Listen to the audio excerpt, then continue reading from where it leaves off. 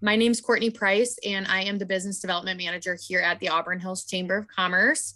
We're so excited this morning to welcome Kathryn Baker and Tom Hamp, the co-founders of Open Book Selling. I was just telling them we got on a few minutes before all of you joined us, and I told them I am super, super excited for this webinar. So we're going to be inspired and hopefully be able to get out there after this and make some valuable sales. So with that, I will turn it over to Tom. He'll tell you a little bit more about himself, and then we'll pass it over to Kathryn and we'll get started.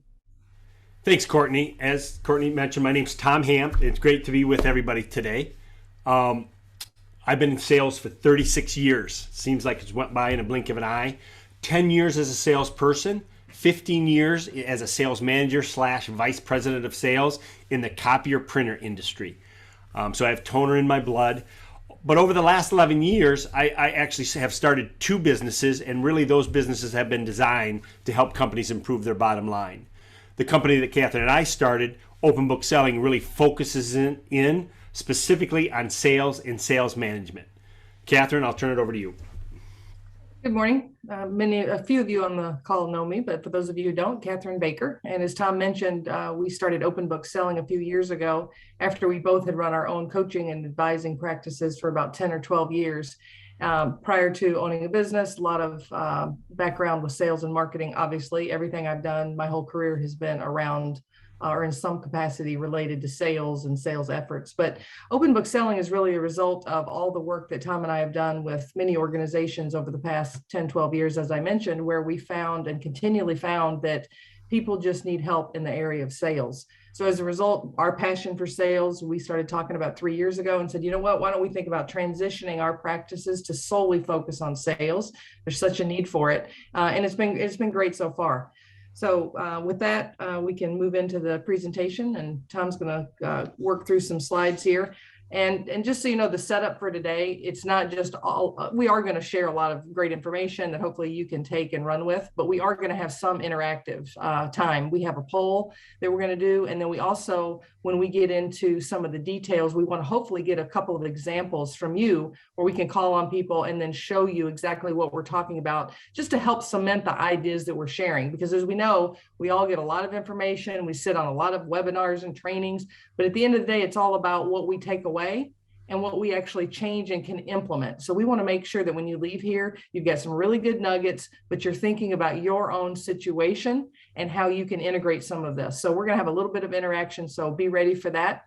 And then we're ready to roll. The way we set I just want to mention before we jump into the presentation, if everyone wants to set their view on their screen now that Tom has shared his screen to the side-by-side speaker mode, that will give you the best view as we get going here. All right, so with that, the way we set up the time today, we want to run through a few statistics first, because we think it's important just to set the stage, sort of the foundation of what's going on in the arena of sales and how sales has changed and shifted a little bit. Tom is going to run us through that. And then the bulk of our presentation is going to be sharing with you key things that we have learned working with our clients over the past few years in terms of what the challenges are, what we see. So hopefully you'll get, as I mentioned, a lot of good nuggets from that. And that's the key, is us sharing with you some of these key things that we've learned. So with that, we'll walk through some statistics. Tom? So let's start right off with the business-to-business sales process. So as you see some of the on the slide itself, is that only 20% of buyers want to learn more about products by talking with salespeople. So they don't want to talk to us already, right? So only roughly 29%. Why do we think that is? I'll share with you some insights that we've gleaned over the years. And also, research shows 50% of clients' decisions are made before they even speak to salespeople. Thank you, Google. It is. I mean, information's more accessible, right? So they're making more decisions, but they also don't want to talk to us. So why is that? Well, one, poor salespeople. They're getting in front of contacts. They're not very good, and so the contacts are saying, you know what? I don't really want to speak with salespeople because they're not bringing any value. So some of the other research that we've done, only 32% of customers say their sales reps exceed expectations, that they're providing anything at all. And maybe the same 32% of buyers feel that there is no significant differentiation between one vendor and the next. So again, they only have so much time in the day. So do they really want to be taken up with inexperienced, poor salespeople taking up their time? So again, they're going to go to Google. They're going to find out where they can get the best information they possibly can. Let's talk a little bit about sales cycle.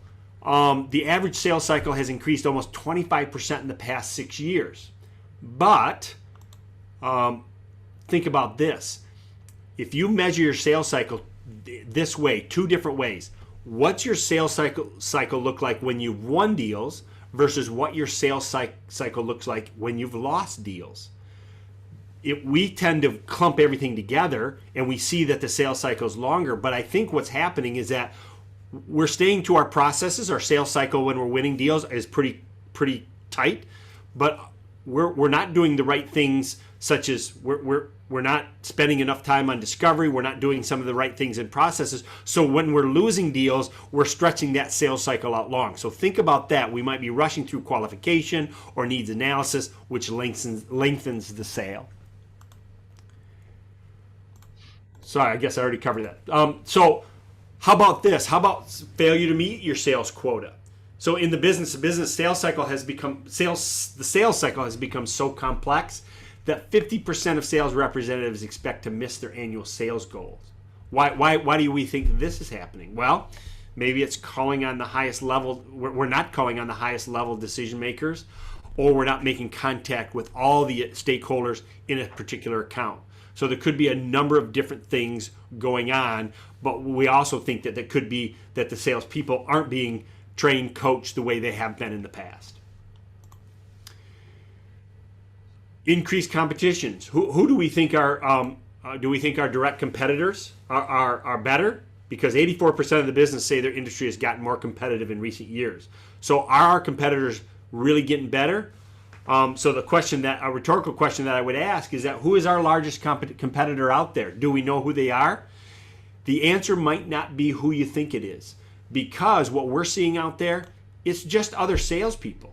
The person you're talking to or want to talk to is getting inundated by people in other industries all over the place. So you have to stand out, okay? You have that first outreach, that first kind of contact that you have with somebody, you have to be different because everybody else is trying to reach that same decision maker and you have to stand apart. Let's get into a little sales management. 65% of our sales managers, ones that Kathryn and I have, talked to over the last 10 years, as well as some of the research that we have done, say that salespeople spend too much time on non-selling activities. So how can we get salespeople to be more engaged in direct selling? So that's an interesting question. So this next slide will actually talk about what they're actually doing. So here's what sales reps spend their time on. 12% on just following up with clients. 17% on just updating data, such as being in CRM, conducting research, attending meetings. That leaves about 34% of the time for actually selling. So again, that time is very valuable. Only 30% of the time are we actually engaged in selling activities. Sales managers themselves, 52% of them said they must work around their organization's process to complete their work tasks. It kind of negatively impacts their quota attainment by about 18%. So we need to speak to solid sales process and making sure that it's efficient, that we can follow it on an ongoing basis, and that sales reps can follow it. 44% of sales executives believe their organization doesn't manage that sales process effectively. So those processes have to be in place. Basic processes that flows, that makes it efficient, because we know sales can get really busy. And then also 74% of sales managers oversee their own sales account. So they're selling managers as well. So that to kind of put a bow on this slide, sales managers have too much on their plate. So think about sales managers that you may have, or that you've been around, or that you yourself have completed. Think about this. Managing salespeople, full-time responsibility, right? It's a full-time job. Selling responsibility, full-time job. We're asking sales managers to do 2 full-time sales jobs, or full-time jobs in the position of sales managers. So if we can start to separate that, sales managers need to concentrate more on developing salespeople. That would be great. We'll talk a little bit about more about this later, but just wanted to bring this to your attention as far as what sales management, how they're getting crushed in today's business space. And then sales training. On the average, investing in sales training has a 353% return on investment for organizations. So if sales managers don't have enough time to coach and train their salespeople, we're really missing out, because what happens if we don't develop our sales skills, the sales skills of our salespeople? So think about that. So in summary, all these statistics kind of underpin the topics that we'll discuss today. So keep these numbers in mind. And with that, I'll turn the program over to Kathryn. Right, so these are the insights and the categories. We have a diverse group, as we always do on these webinars. So we've bucketed everything we want to share with you in these 4 areas. So hopefully you're going to get some good nuggets in each one of them, depending on the size of your organization. If in fact you have 1 or 2 salespeople, or if you're a team of 6, or if you're a sales manager, if you're an owner. So hopefully you're going to get insights from each area. This is the way we've divided up. One, and the time that I'll spend the most on, is the wrong sales conversation, because every organization we work with, we are always knee deep in this area to help them. And this also has a tremendous impact and return in terms of results for them. So we're going to spend a good bit of time on that first one. The second one is our mindset around sales management as an organization, and what we've gleaned from that. We'll talk about the incorrect sales management solution, as we call it, and what are some options there. Some companies have more options than others, but we want you to at least maximize what you have and the way that you look at sales management. And then lastly, that gap between sales perception versus reality. And that's all about what we continually find when we go into an organization, talk to sales leadership. They explain what's going on. And as we do our discovery, the disconnect. So we're going to tee that up for you so you can think about your organization and make sure that you don't have a big gap there, as many organizations do. So moving forward with the first one, the wrong sales conversation. This one, there's a lot of information around this, and it might be a new concept for you. So I want to set the stage a little bit. So the sentence really explains what it's all about, is, are we really having the right conversation throughout our sales process that are with our clients, or with our prospects, I should say. So before we jump into the details of that, think about maybe shifting your thoughts about the relationship you have with the prospect. The only value that you can bring with a prospect when you first meet someone is in a conversation. That's the only thing you have. So that's a different mindset. And when you start to think in those terms, you begin to maybe shift the way you think about the sales process and what you're doing in the sales process in your conversation. The only thing we have is that conversation. So our goal is to really maximize that conversation. Every conversation we have, at every milestone or in every section of the sales process, how do we maximize it? Because it's really all we have. It's the only thing we have to connect us with our prospect, to show value, and as Tom mentioned, to show up differently, which of course is very key, right? So we also think of the sales process as a series of commitments that we're getting from our prospects as we move them through the process that we have laid out. So that's the viewpoint that we want you to take into these next few slides, is thinking about everything's about the conversation, what we're doing in the conversation, what we're trying to accomplish. And of course, it's about getting that commitment to the next stage, or even more importantly, are we disqualifying? So we want to be very intentful and strategic about each conversation we have. And that's what this is all about. As we go through here and we talk about why it's changed, we want to look at the evolution of the sales process and what's happened and how the sales environment has changed.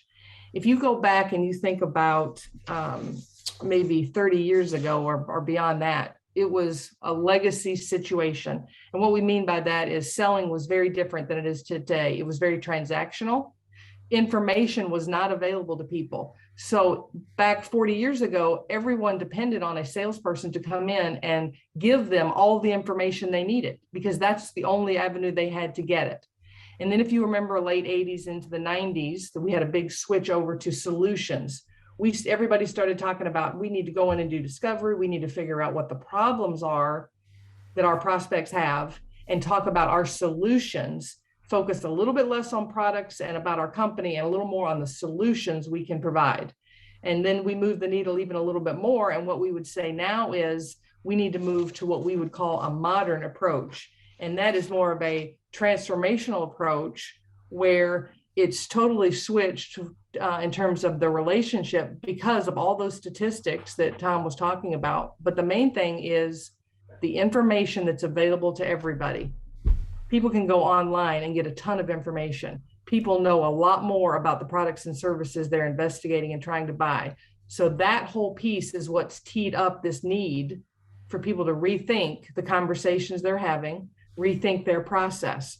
So I want to break down that modern approach and exactly what we mean by that and what we're talking about. And there's a number of steps to it or ways to think about it. So Kathryn, before you move on to that next one, I just want to give some context. Everything, technology, everything moves at a fast pace. These have changed, these cell phones have changed drastically over the last 10, 15 years, right? Think about this, just to put some context to sales techniques or sales training. If you're familiar with some of the sales ideologies or platforms, the Sandler selling system, if you're familiar with that, came out in 1967. Many people are still using that. Now, that doesn't mean that some of the nuggets and some of the things from that ideology is not good. There are still some things, but we need to stay up with that. Solution selling came out in 1975. Spin selling, conceptual selling, 1988. Consultative selling, 1990. So we're talking some age on some of the ideologies that are still being trained and taught out there. Snap selling came out in 2010, and then the Challenger sales model came out in 2011. So again, think about everything else is improving except how we're being taught sales. And so just to kind of tie everything together, what Kathryn was talking about, that modern approach and what we're talking about today, some of the stuff that you may have learned is a little bit older. We want to try to upgrade that going forward. And just to reiterate, you can go on to the next slide, Tom. Just to reiterate, a lot of our clients and us too, we use some of the pieces of all those things that Tom talked about. They're all very good. What we're suggesting is that you look at things through that new lens, this new shift of thinking about all we have is the conversation and what are we trying to achieve. And that's where we get to this modern sales approach. So in our conversation and in our process, we need to be creating this whole idea of why our prospect needs to change. I don't know what product or service that you're selling, but oftentimes our clients are selling against the status quo. Somebody can just decide to do nothing. They'll get a lot of proposals, talk to a lot of people, and they won't do anything. They won't make a change.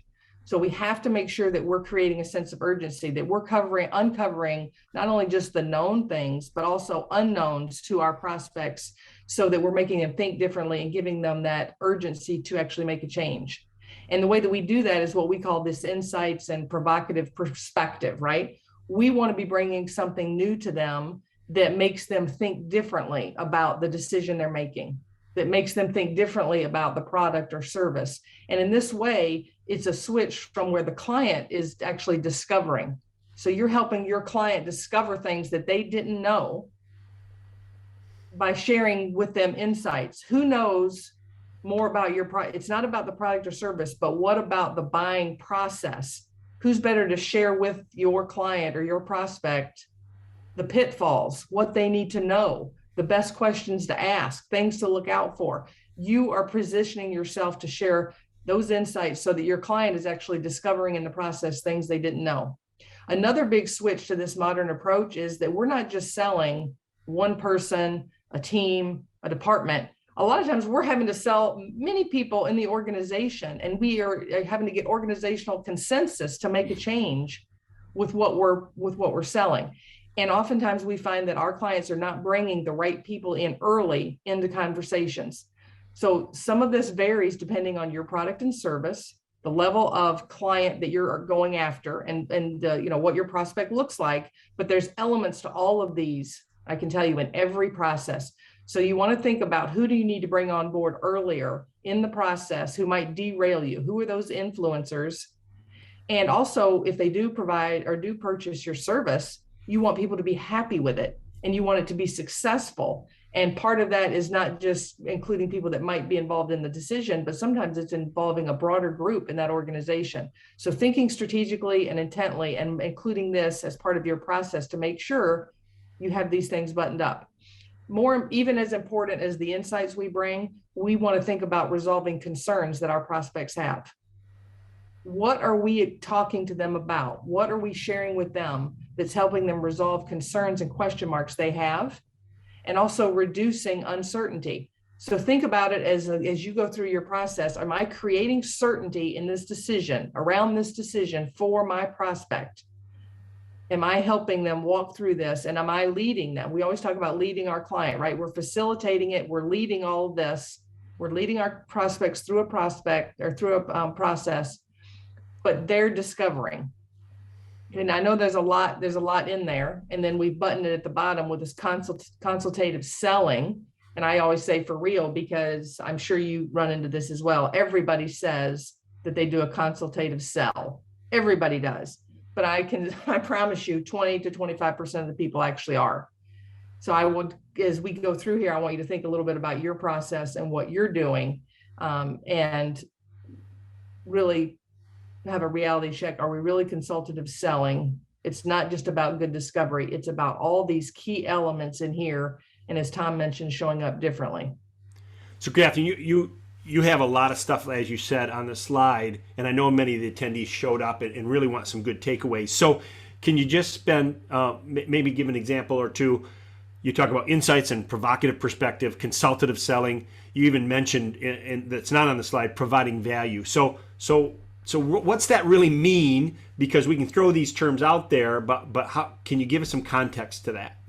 Yeah, so maybe an example would be good here, because as I mentioned, we talked. That's another one, was value, right? Everybody says, well, you got to give value, you got to share value, and actually go on to the next slide, Tom. So if you think about this as a lens, so on this next slide, it's about helping our clients make better decisions. So everything I just explained in that prior slide is the outcome should be this.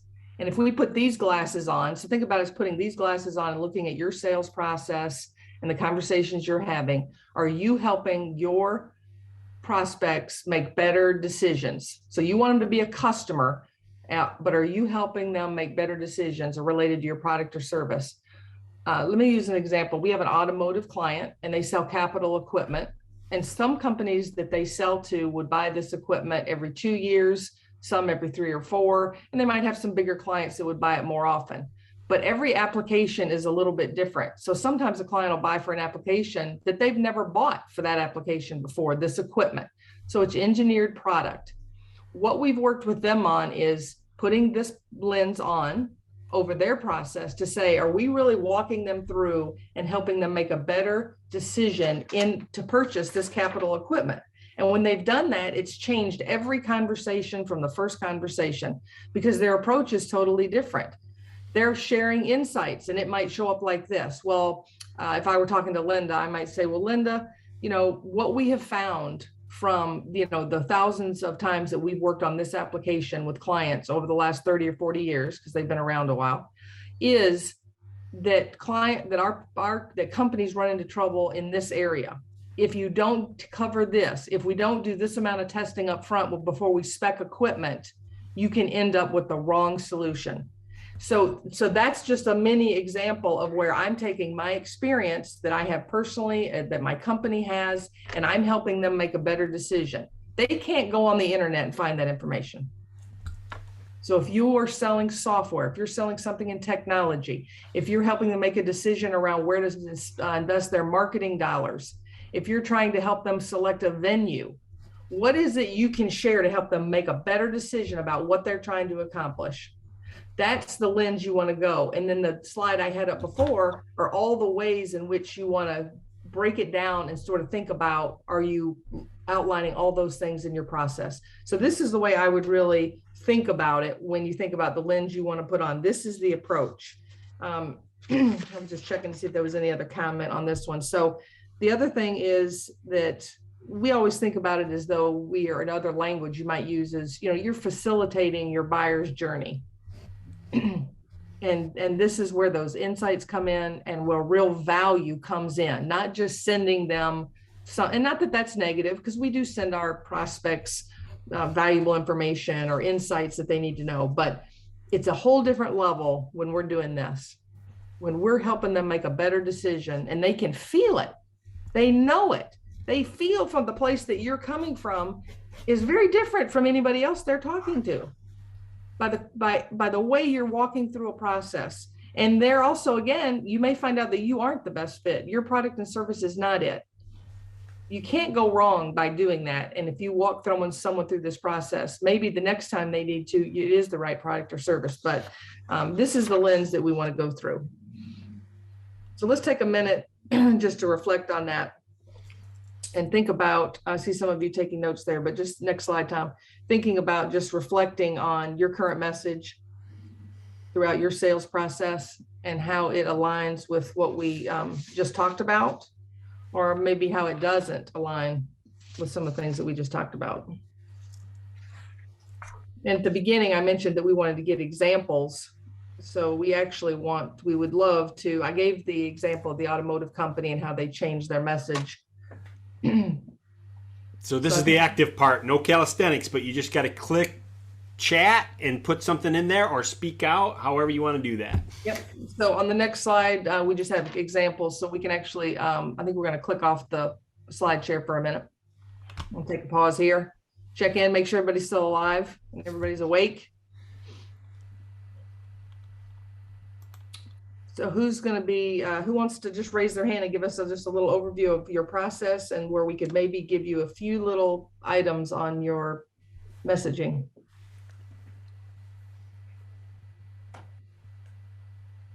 We gave you warning at the beginning. So somebody can come forward. We can be silent for a while. We can call on you too. No takers? Well, we got a comment from Linda, says needs analysis. Nobody wants any help. Good. When I think about helping them make a decision, I think I come toward the selling really excited about, like, immediately I see, oh, wow, you need what we have. And I'm excited to tell them about what we have. I'm not helping them frame exactly what they need. So I think to a large degree, I see the need, but I don't see what they need. So I think that is an early part in the sales process. You said we're not qualifying well, and we're not doing good needs analysis. So how would we frame the conversation early on so that they go, oh yeah, this is what I need? To take them from status quo to, oh, I'm here. I'm not here, I'm here. So Linda, did you remember how we started this presentation off, right? With stats in the industry? So that could be something that you could become well armed with your initial conversation and say, this is the way the industry's going. This is what they're going to rely on you for. Hey, here's some stats that you have to be prepared for because I'm in this industry every day and this is what we're seeing from our clients. So get that connection and that engagement early on by sharing some stats up front and saying, this is what's going to happen. Have you thought about these things? Are you thinking about this stuff long term? Now they may have or they may not have, but I wouldn't just dismiss that they haven't. That's the value, some of the value you bring as a salesperson. So would you put sort of in your selling conversation outline, I want to help them see that risk early on. For example, Jennifer, with the event venue, like what happens, a lot of people will make these assumptions about their event venue, that they're going to, the catering is going to be taking care of this, blah, blah, blah, blah. And that's where things take a dive. So we want to, like, would that be needs analysis, risk, start out with risk? Well, you're focusing in on it. So you switched gears. So who has the events place? Is that Jennifer? Is that you? I see you up there in the corner. It's a really cool space. So is that together? Yeah, I'll jump. Okay. I'll jump on next with my take from it. But yes. Okay. So back to yours, Linda. The decision. What decision are they trying to make? What decision do they need to make? Is it about rebranding? Is it about bringing you on as an outsourced marketing support or help? Which one are you talking about? Well, both. They're Okay. Yeah. Okay. So the decision they're trying to make. So one, you're going to hone in on where's the gap now. If you're having a conversation with them, there's something that's missing. They're looking for something. So you want to understand that right away. They're at this point here. They want to be here when it comes to marketing. What is that gap? And then how do you help them make better decisions to get there? And some of it could be what Tom was saying in statistics, but what you would say is, you know what, here's what we've learned. When someone brings in an outsourced marketing company, you know, these are the challenges. These are the things that have to be in place. You know, the statistics are that 60 to 70% of the time, this is a great fit. And it's a great fit when these three things are in place. So I want to help you understand, is this even a good fit for you? And you walk them through that process. You could also say that a lot of people might spend marketing dollars on certain areas where they don't get the payback. So they come in and they want to try to tell you, oh, we think we need to do this, and we think we need to do this, and blah, blah, blah. And you really want to say, you know what, there's a lot of dollars that could be spent there, but here's what we found. When people spend in 4 areas and sort of shotgun, I'm just making this up, shotgun approach, this is what happens, and they don't get the return. On the other hand, if they focus down to 2 key elements that really drive, blah, blah, blah, this is what happens. But you're coming from a place of you've been doing this for years. You know how many engagements you've done. You've learned a ton. You've got to build that in, and then also create a sense of urgency that the uncertainty you're taking away, you're building certainty, and then think about the urgency piece. That's a status quo, right? They might decide, hey, we'll just stick with who we've got. We've got a younger person. She's doing pretty good in marketing. We don't need to take it to the next level. You need to build into your process about why that's not a good answer. Why is that not the answer to helping them, and connect it to sales, connect it to growth, connect it to the business decisions they're trying to achieve. So that's what I'd recommend there. So hopefully Can I just say one more thing? Does anybody else, just raise your hand, think that Kathryn just gave like 4,000 really excellent good points in high speed and could not take notes? This is going to be recorded, right, Courtney? Yeah. You can see I have a passion for this. When I get going, it just comes out. All right, Jennifer, you were going to share yours. Let's do one more and then we'll jump back in. Yeah, absolutely. My name is Jennifer. I am the general manager at Together event venue here in Auburn Hills. And I loved kind of what you said about like sales managers play so many roles. So we're doing so many different things. So really in our business, I'm the general manager. I oversee operations. I run our sales team. I help with marketing. We're executing events. We're working with couples. There's so much that we're doing at all times. So the percentage of time that we're actually selling, we need to be using that time so wisely. So what we've found especially is making sure that we're chasing the right business. We're not the right venue for everybody, nor do we try to be. So we're really fine tuning our sales process to make sure that we're chasing after the right business. Otherwise, we're all just, wasting our time. And at the end of the day, we need to be maximizing our time as salespeople to give our guests the best experience. And one of the things that actually just went to a training last week, it was very eye-opening. But I've always learned the sales cycle as a funnel. So, you have all of your leads up here and you qualify them, and then you kind of bring it down, you qualify, you close. But what we need to be thinking of it as an hourglass. So when we actually close an event, a couple comes here and they have their wedding, we need to be opening up that funnel again and getting more referrals from them. So not selling to, or not doing a lot of cold calling and not reaching out to people who don't necessarily want to book their venue here, but let's attract new business from people who already have had a great experience. So those are some of the sales processes that taken out of from what you said and from what I've actually just learned in the past week. All right, very good. Yeah. Tom, we better jump back on to the Yeah, presentation. just before we go there, Kath, Sung Moon had put in the chat, is the term trusted partnership overused? And yes, I think some to a certain extent, but here's the thing. It's not overused if you can back it up. It's like that whole bragging thing. You certainly need to make sure that you're doing the right things and a trusted partnership type of thing. People throw that around as a differentiator, but if you're not doing it, it is just a term. So we have to make sure that we're backing that stuff up, doing the right things going forward. All right, very good. So we had one more slide just on how to get started. So just a couple of thoughts on that. When we work with clients and break it down, we start with we just document what they currently are doing. So the little milestones in your current sales process, little summary of what you're actually saying or what you're trying to accomplish in each of those areas. And then go back to the things that we talked about. Take that lens of how do I help my customer, my prospect make a better decision, lay that over what you have, and start thinking about how you can integrate some of those points into your conversation, create the urgency, share some insights, and so forth. All right, I want to jump on to our next one. And I mentioned at the beginning, the bulk of what we have is on that first bullet point, that wrong sales conversation. And I just want to reiterate the point. The reason is because when we work in that area with clients, magic happens. When we start changing that conversation and weaving that in, it doesn't have to be perfect. It doesn't have to be all finished. But when we start changing shifting the conversations and getting some of those elements in there, things start to happen. They start to close more business. They're moving people through. So that's why we spend more time on that. If you can just do a little bit of that and start integrating it in, you're going to see different results. So the second one is undervaluing sales management. And we have 3 or 4 slides to go through on this one. And it's just on a mindset. And Tom's going to walk us quickly through these.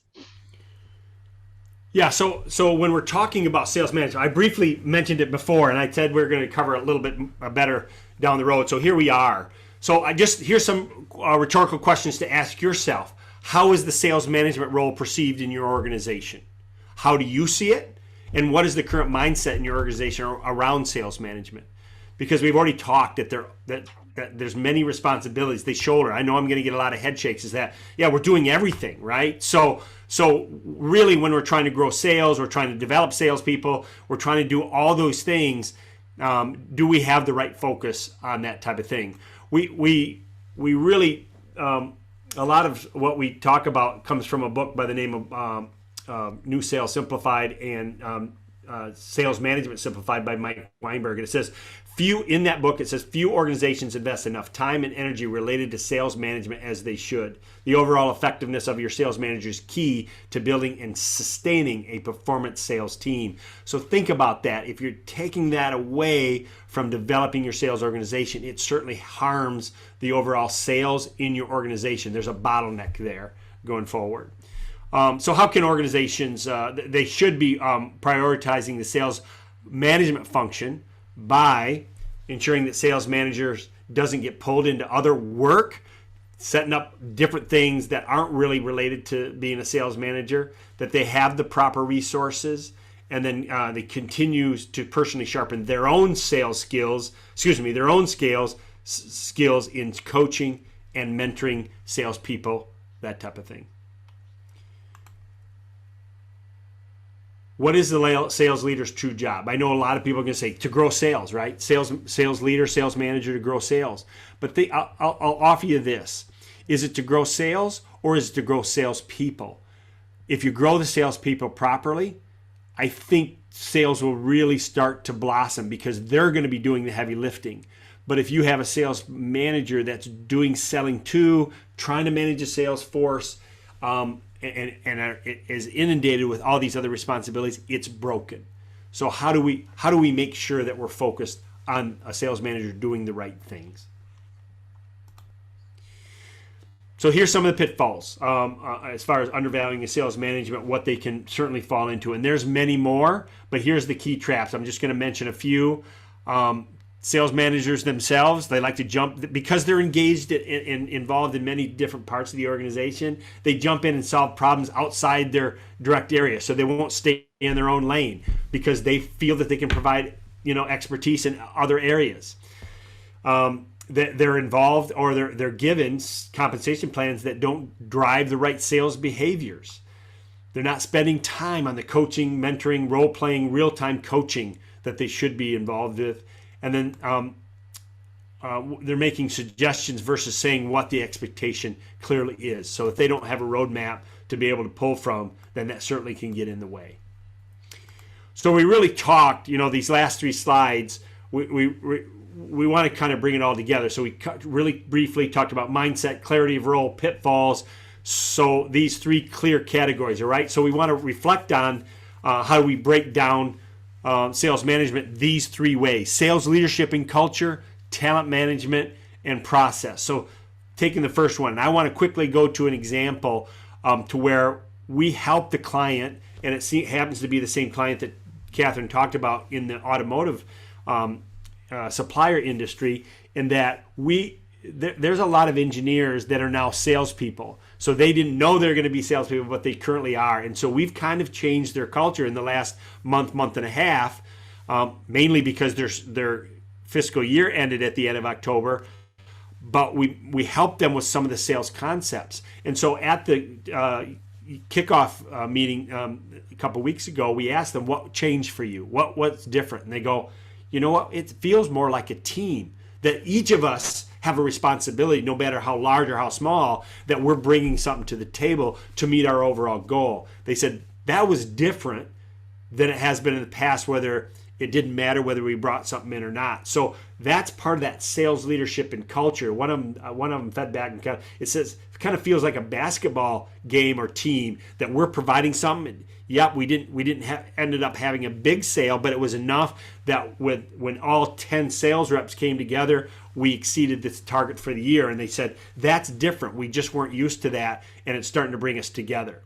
Of course, you're always going to have the talent management, right? Do we have the right people in the right roles? We need to retain the top producers and maybe not promote them to sales manager, but keep them in that top producer role. And then how about those underperformers? We know we have to either coach them up or coach them out because people are watching us, and then we always have to be recruiting. And then last but certainly not least is that sales process. We need to arm our salespeople with the right weapons. And certainly once we have that process in place, and then we need to insist that they follow that process to the T, and especially for new business, because that's really where the rubber meets the road. We want to increase our sales, and this is where we do that. Kathryn. So the other piece to that is what we call incorrect sales management solution. So we're going to walk through that, and this is actually where we're going to do a poll in a minute. So if you're on your computer, get ready. We're going to ask you just to weigh in terms of your organization. So when we talk about the wrong sales management solution, what we run into the most is an owner who's managing sales, right? So we work, most of the companies over the 10, 12 years that Tom and I have worked with, that's what we probably 60% of the time found was there was an owner or a president that was trying to run the company and manage sales. The other thing we often find is there's someone running a different functional area. So this is sort of where Jennifer fell in, right? She's running other functional areas, operations, general manager, and trying to manage sales. And then the other ones are when a salesperson who's been upgraded to kind of a team lead, and they have a sales responsibility and territory, and they're supposed to manage the other sales team members. Some people might have a full-time, have no one managing sales. Sorry. Or you might actually have a full-time person running sales. So that was supposed to be from no one managing sales. That's what that depicts. So we want to take a poll on the next slide here. And I think Courtney's going to pull that up for you. And the fourth one actually shows that you might actually have a full-time sales manager who doesn't have selling responsibilities, but we just want to take a poll. So that should pop up for you. We'll take a second. So if everybody can just weigh in on what's going on in their organization.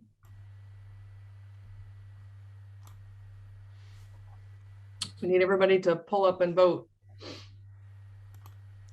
A little over half the people participating. 2 more left.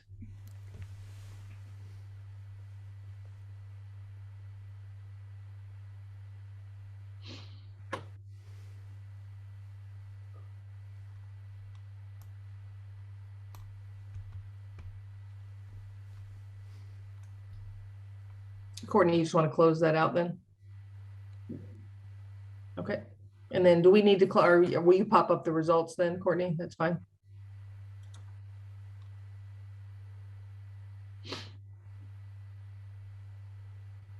Look at this suspense building. I can see it in everyone. Is everyone seeing the results on their end now? Are you? Oh, okay. I'm not seeing it on mine, but that's fine. Okay. So you can see that not far from what we've talked about, right? So we have one company where we've got a full-time sales manager. Is that what it showed?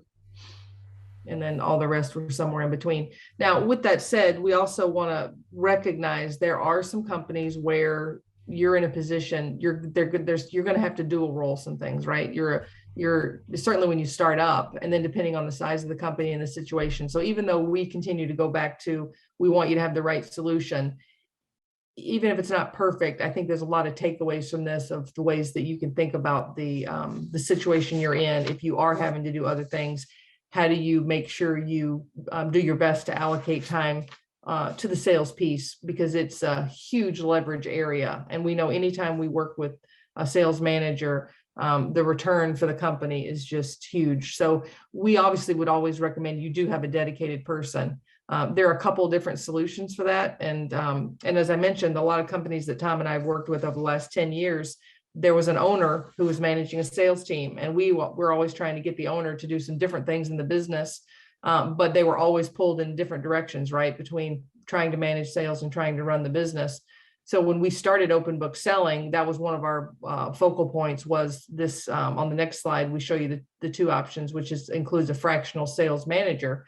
And there's other companies that provide this as well. So for some companies, that is a good option. So we would say if you happen to be in a position for that, maybe that's something that you would want to think about. But definitely, how do you think about growing your organization where you can have a full-time employee or someone spending the majority of their time really focusing on salespeople? I mean, think about it when you bring in a new salesperson and then all of a sudden they have to be trained, and then it's on everybody else to figure it out because you don't have that full-time sales manager to focus on the training, to do the right coaching. The other thing we find is when you don't have a full-time person with the team, then you're not really focused on the goals. It's very hard to hold people accountable. Who's going to hold people accountable, right?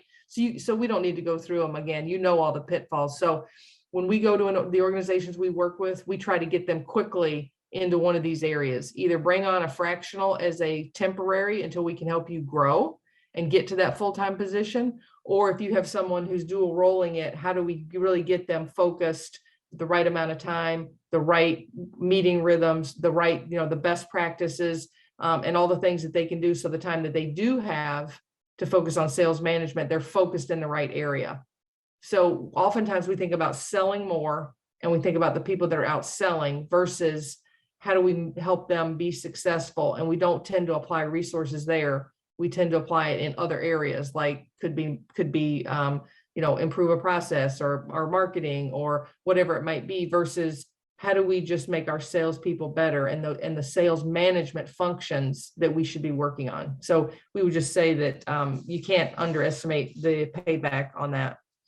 The last item that we had was that gap, and this one is really an interesting one, and we find it with every single client to different degrees. What is explained to us in terms of what's really happening out in the field and what is actually happening it's just funny. It can be so different. So we would say to you, unless you've really done the homework and unless you've really stay on, not only that, you have to really stay on top of it. You have to put structure in place to check in and continually make sure that your salespeople are, yes, following a process, but that you're supporting and helping them to make sure that they're staying in the process in that conversation that we were talking about.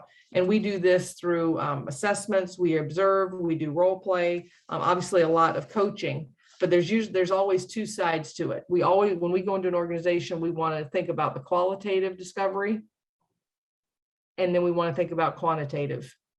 Quantitative is wrapped around any assessment that you might use. We work with a company, OMG and Objective Management Group, and they focus solely on sales assessments. And they have for 25 or 30 years. We always go in and assess teams, individuals, sales managers, and then we layer that with our individual discovery, where we will go out and just ask questions. We'll go out in the field, we'll talk to people and really figure out what's going on. So depending on where you are and how many salespeople you have, and how long it's been since you've upgraded your process, how well you use a CRM, what you're looking at, whatever that is, just think about what you think is happening, what you think people are saying, and versus what you really know based on what you have really focused on to find out. So what's really true in your organization. And in much the same way where we talked about the conversation, we normally take that same process that you've laid out, and then we think about what we really know. And it's an interesting reflective. If you have 3 or 4 salespeople, how long has it been since you've actually seen them in action? We do things like record calls. It's actually great. One of the good outcomes of Zoom is that now people can record a lot more calls a lot easier. And we are actually looking at salespeople and sales managers. So we will be looking at recorded calls where a sales manager is working with a team. We'll be looking at recorded calls where an individual salesperson is having a Zoom call with a prospect. That's great intel. So if you can do any of that, that is the best. Have them record, go through there, role play. The other thing we find is that sometimes expectations really aren't even outlined. We expect people just to go out and sell, that they know how to sell, that they just know what to do. Not where you want to be if you're depending on those people to bring in the numbers that you have to keep your doors open and to grow your business. So we can't say enough about this in terms of get people to record, go with them on sales calls, listen to them, and lay out a process for them, set expectations. And hopefully you can do it with all the stuff that we talked about at the beginning, which was related to changing up and shifting that conversation to make them armed with confidence when they're out in front of prospects. Give them that confidence that they can either disqualify or properly move people through the pipeline. And hopefully so we can change some of those stats that we showed, right? Way few people. Too few people are meeting sales goals. Not very motivating.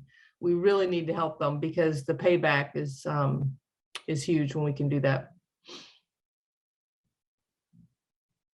So in terms of the slides that we have, so Tom, you can flip off the slide share. So 9:54, so about 6 minutes left. So we covered a lot. So think about the right sales conversation. Under the way we think about sales management, are we thinking about it and focusing on it in the right way? Is there a better solution to what we're doing in terms of how we're managing sales management and what we're doing there? And then on the other side of it, do we really know what's happening? So let's take a few questions. What's this from Linda? Where does email communication fall in the conversation? Well, I think for a lot of us in our process, email is a big part of it. So we look at that just as important as a conversation we're having. It's one more little element. Either we are redefining or reiterating something that we said in a conversation. So to us, that's all part of it. And when used effectively. Some people overuse email. The biggest thing we find is people resort to email versus picking up the phone. I'm sure you've heard that. That's a big challenge for a lot of companies. You have a program for small business coaching where the owner is also the sales team.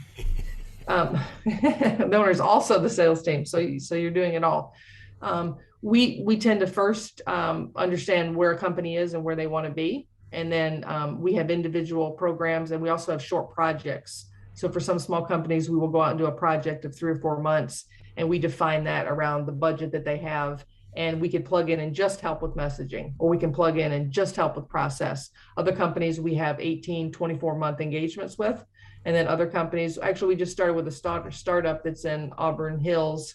And that worked out great because they need to put in place some of this stuff. They want to start off on the right foot. So it's a 3-month project that one of our sales leaders is doing with them, and that's going very well. So that's really helpful to know. I think just because for a small organization like ours to have you come in, evaluate, even listen to how we do our selling or what our conversation is, give us tips back for that project. I mean, that would be more in our budget than, and we don't need, you're not managing our sales team for us. We don't have that sales team. So that would be great. Yep. So if you're in a situation like Linda, even thinking about just, whether you're, doing some things on your own, you don't have to do everything and it doesn't have to be perfect. You just need to really take in what we said and think about little corrections you can make, because they will make an impact. It will make a difference in your sales and your ability to close business. Any other questions from anybody?